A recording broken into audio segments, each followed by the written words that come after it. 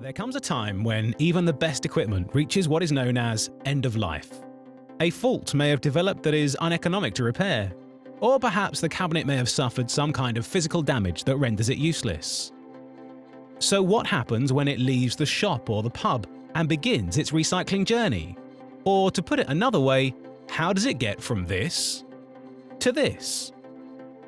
End-of-life fridges are delivered in bulk to a specialist refrigeration recycling centre, where the first stage is to remove the glass door and take out the shelves. The door itself is then dismantled at a separate station. The glass is separated from the aluminium or plastic frame, and each of these waste streams are used in further processes. The power cord is snipped and the waste is put into a bin for reclamation of the plastic and valuable copper. Then the fridge is moved onto a processing line for the main dismantling to commence. Over the years, the industry has used refrigeration gases that contain harmful CFCs and HFCs, which deplete the ozone layer and have high degrees of global warming potential. Although modern appliances have either reduced or removed these harmful refrigerants, it is vital that the recycling process vacuums out the old gas and that none is released into the atmosphere. At these stages of the process, we see the gas pipe being pierced, and both the oil and gas are removed. The compressor oil is then collected in a tank for recycling. Meanwhile, the harmful refrigeration gas is recovered to a cylinder and taken away for safe destruction or reuse where allowed. Commercial refrigeration units contain many valuable metals and electronic components, all of which are capable of being recycled. These are detached from the cabinet and sorted for further dismantling and recovery of the various precious metals, such as copper and aluminium.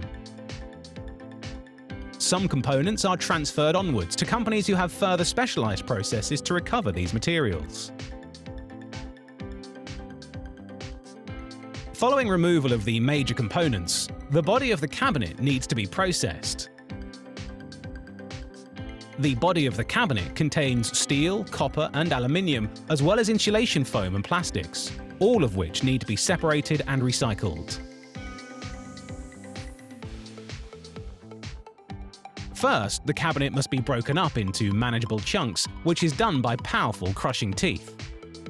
Further processing detaches the insulation foam from the metals, and after several stages, the metals fall into a collection bag for sale to a specialist metals reprocessor.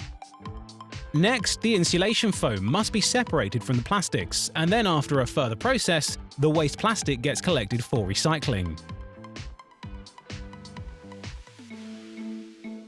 The insulation foam inside the fridge needs a specialist process to render it safe to be sold onward in the value chain. A less well-known fact is that during the original manufacturing process, a gas is added that improves the insulation value of the foam. Originally, the gases used for this purpose were highly damaging to the ozone layer.